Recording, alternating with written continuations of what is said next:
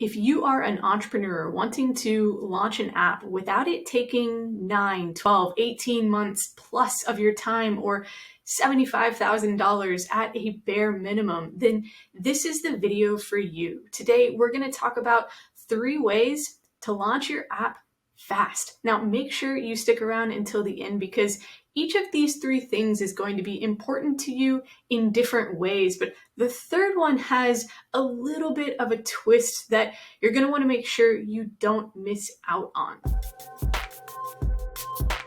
Hey, it's Kristen at Coaching No Code Apps. We help non-technical entrepreneurs build custom apps so they can launch their app-based businesses or grow their existing businesses all without coding. And if you are doing the same, then subscribe to this channel below for new videos to help you out every single week. So 3 ways to launch and grow your app fast. Now, the things we're going to go over today, they're not rocket science. In all honesty, some of these are pretty straightforward and even obvious, but they still need to be said because often it's not new information that's the most helpful.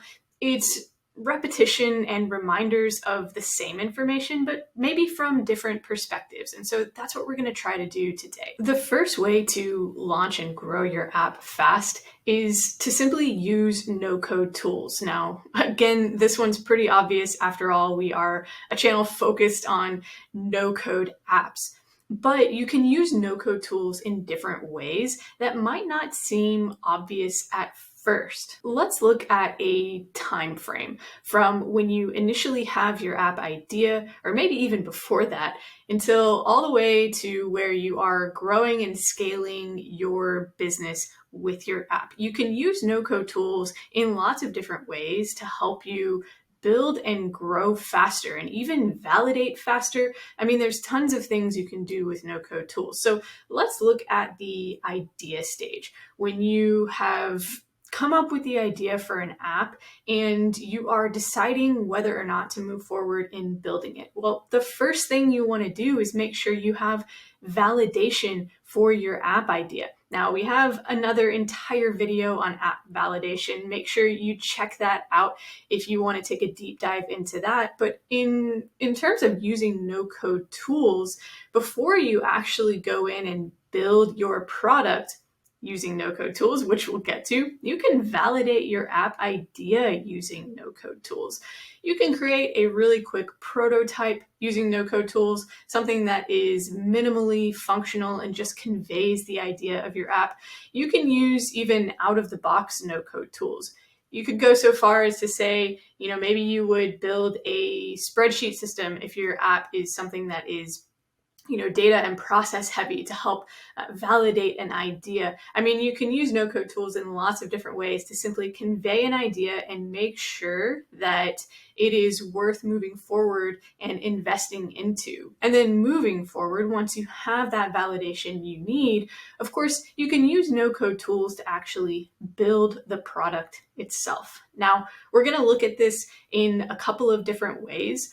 One, your upfront investment is going to be a lot smaller when you're using no-code tools. So there's going to be less of a barrier to entry and less of a barrier to progression as well. So with no-code tools, you can build a product really for as little money as you want to, depending on how fast you want to go and the quality of product that you need. But you can move quickly compared to coding, and honestly, sometimes even compared to outsourcing as well, just because there's not going to be lots of back and forth rounds of iterations. And then looking at the long term, if you invest up front into using no-code tools, meaning you are learning how to leverage no-code tools and you're building a product that you understand and that you are in control of, well, your long-term return on that upfront investment is also going to weigh really heavily in a positive way, because over time you're going to save so much time because you will be in control of your product. Now, of course, it's not all rainbows and sunshine just because you're using no-code apps or no-code platforms to build your app. there's still a learning curve. And that applies to both the tool that you're going to be using. We like using Bubble, and it's very robust. It gives you lots of power and control, meaning the learning curve is going to be higher. So there's that, but there's also a learning curve in just going through the process of building an app in general, developing a developer's mindset, understanding the processes behind product management and product rollout. I mean, there's lots of strategy involved aside from the tool itself. So, there is that learning curve, and a lot of it's going to feel uncomfortable. This is something that we experience really frequently with people stepping into the app space, the no-code space for the first time, maybe even sometimes the business space for the first time. Everything's uncomfortable, and that's because you're learning a lot of new things all at once.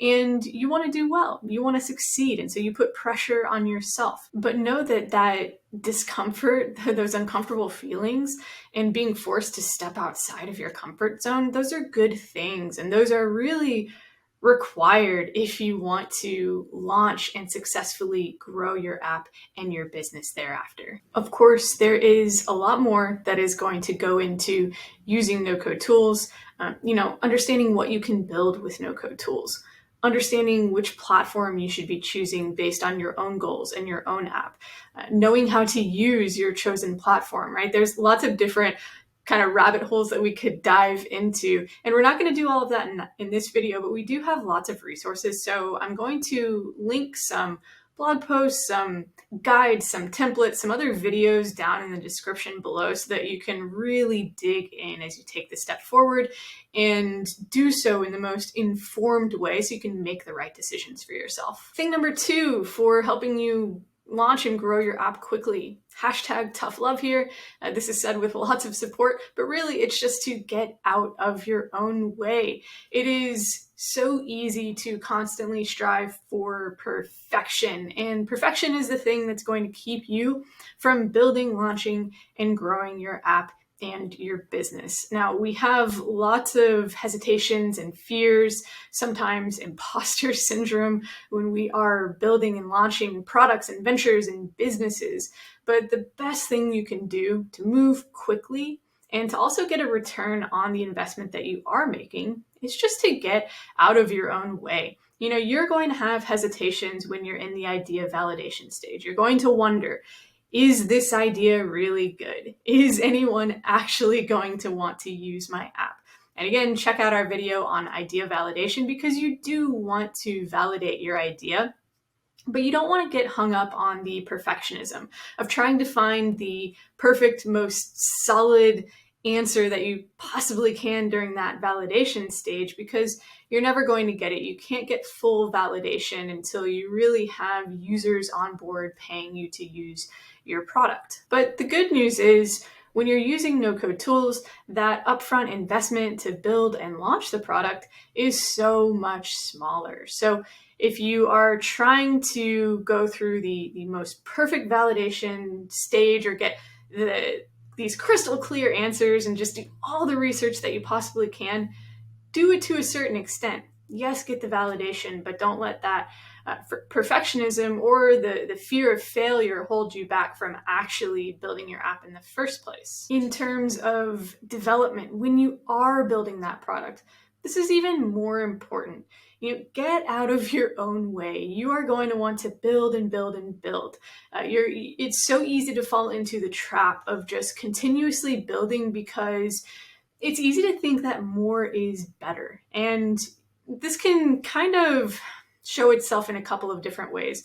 One is you might fear getting bad feedback or having a bad launch, or people not liking your app because it doesn't have enough features. And so therefore you just keep building everything you can think of that could potentially add more value. And that is going to hold you back because inevitably what you're doing in that scenario is trying to build your vision of the perfect app. But you can't build the perfect app unless you have users on board telling you what perfect looks like to them. So really, you're just building based on your own assumptions. Those may be educated guesses that come from a lot of experience, but they don't come from your users. Another way this kind of shows itself is less so when you are maybe a little bit fearful about whether people are going to like your app, and more so when you just are enjoying the process of building a product that you think is really cool, and you come up with cool new ideas as you're building and you just want to implement them because you think it's cool. And look, there's nothing wrong with that. And when it's part of the learning process, that can be really helpful and it can build some excitement for you. But you know what they say, if you love them, set them free. If you love your app, set it free and let other people love it too. The pursuit of perfectionism is going to show itself in so many different ways when you're validating your idea, deciding whether or not to move forward, trying to actually force yourself to move forward, when you're building your app and, working toward your first launch. And even afterwards, as soon as you start getting feedback, anytime you get negative feedback, it can hurt, it can sting, and it can feel discouraging. But it's the bad feedback or the negative feedback that is going to create the best products, because it's going to steer you in the right direction every single time so that you can start creating really raving feedback. Thing number 3 for building, launching, growing your app faster is you got to pay to play. Now, with any venture or any project that you're working on, the more you pay, the faster you're generally going to move, right? That's the way things work. And so, you may be bootstrapping your app. If you are watching this video and if you are using no-code tools, then there's a good chance you are bootstrapping your app.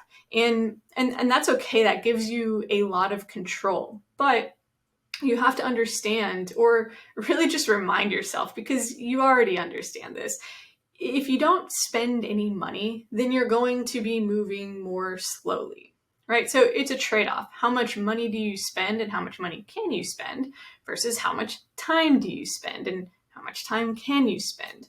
The less money you spend, the more time you're going to have to spend to try to achieve the same results. So let's look at those two paths. We're going to look at bootstrapping or self-funding versus taking that investment, and we'll look at them from a high level. So with bootstrapping or self-funding, you're probably going to be spending some money, but we're talking about on a smaller scale. So certainly less than that $75,000 that we talked about in the beginning that you might otherwise be spending to outsource to traditional development agencies.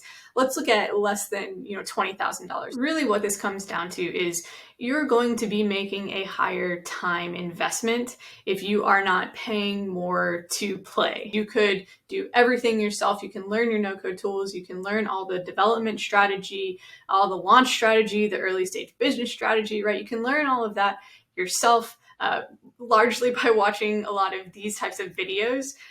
But you can also start to make an investment into, on a smaller scale, courses, paid tutorials, things like that.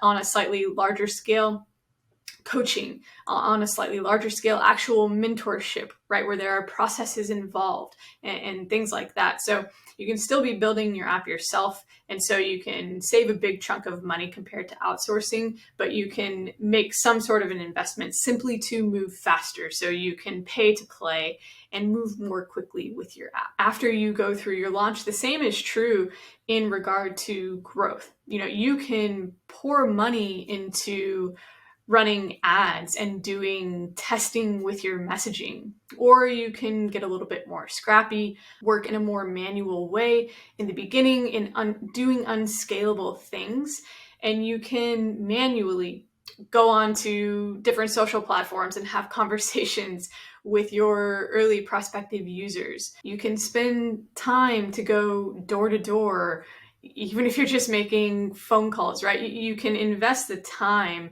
instead of investing the money, and your growth is going to be slower. On the flip side, if you are paying more, the more you pay, the faster you can move. Now, there's a little bit of a caveat, a little bit of a twist that we're going to get to that I mentioned in the beginning, but generally, if you want to move as quickly as possible, you're going to outsource your app. You're going to outsource to an agency that can compress the time frame as much as possible. And doing that, you're going to pay even more, right? And then when you are post-launch, so you're starting to actually bring users on your app, you can pour that money into those ad campaigns. You can buy your leads, you can buy your customers and users versus going out and doing things more manually and in more unscalable ways, right? So you can spend money to acquire customers and to build your base, and you can spend money on lots of different things. But the caveat that I mentioned is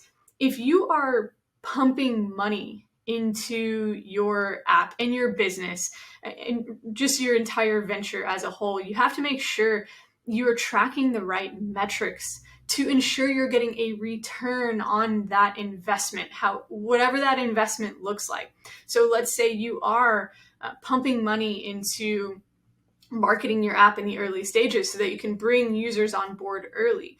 Well, you could be tracking the wrong numbers, which could be sending you the wrong signals, which could lead to you investing even more money, which could ultimately lead to some very painful moments down the road. So, for example, let's say you are investing a lot of money into ad campaigns early on, and maybe you haven't tested your messaging out very much, and that's what some of this money is for. It's for research and development, R&D. You're just paying to see what resonates with your users versus that more scrappy alternative and having conversations with them that takes longer, right? Well, if you are running these ad campaigns and users are converting, you might be looking at that thinking, wow, this works. This is perfect. Let's just put more and more money in so we can get more and more users, right? Why wouldn't you do that? Well, how many users are being retained? Right? Do you have a high churn rate? Are they falling off? Are they actually going through the full onboarding? Are you getting that number in the beginning that says, yeah, we're getting conversion from our ads and users are signing up, but what are you tracking after that? Are they staying on board and are you retaining them? Or was that investment all actually a waste, right? So you have to make sure you're tracking the right numbers to also make sure that your investment is paying out. So just because you might have a lot of money or might be seeking having a lot of money in order to grow your app, you really want to make sure you do it in smart ways. And we're also not going to deep dive into taking on investment money because that's a whole other conversation in and of itself. With that said, if you are bootstrapping, which again, you likely are, then thing number one and thing number two are some of the most important things you can possibly embody to help you launch and grow your product as quickly as possible, right? Use no-code tools to your advantage. Use them no matter what stage you're in.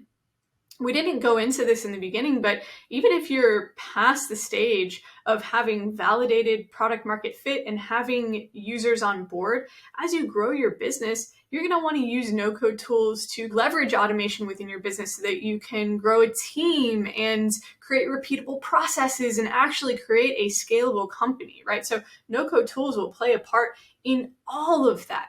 All of it. And it can make a world of difference for your business and the health of your business and your profit margins.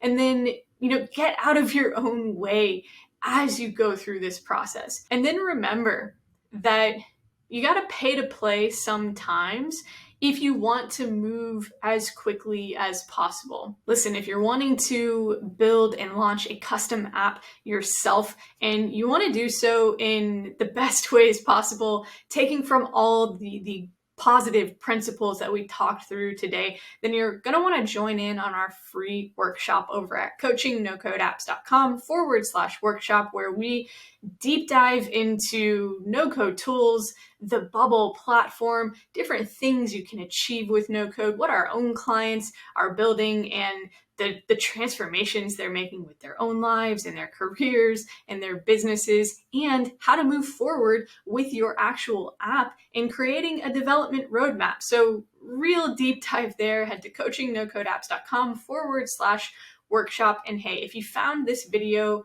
helpful, then if you could give it a like down below, we would be incredibly grateful. It helps us help more people build and launch their own apps too. All right, thanks so much for watching, and we'll see you in the next one.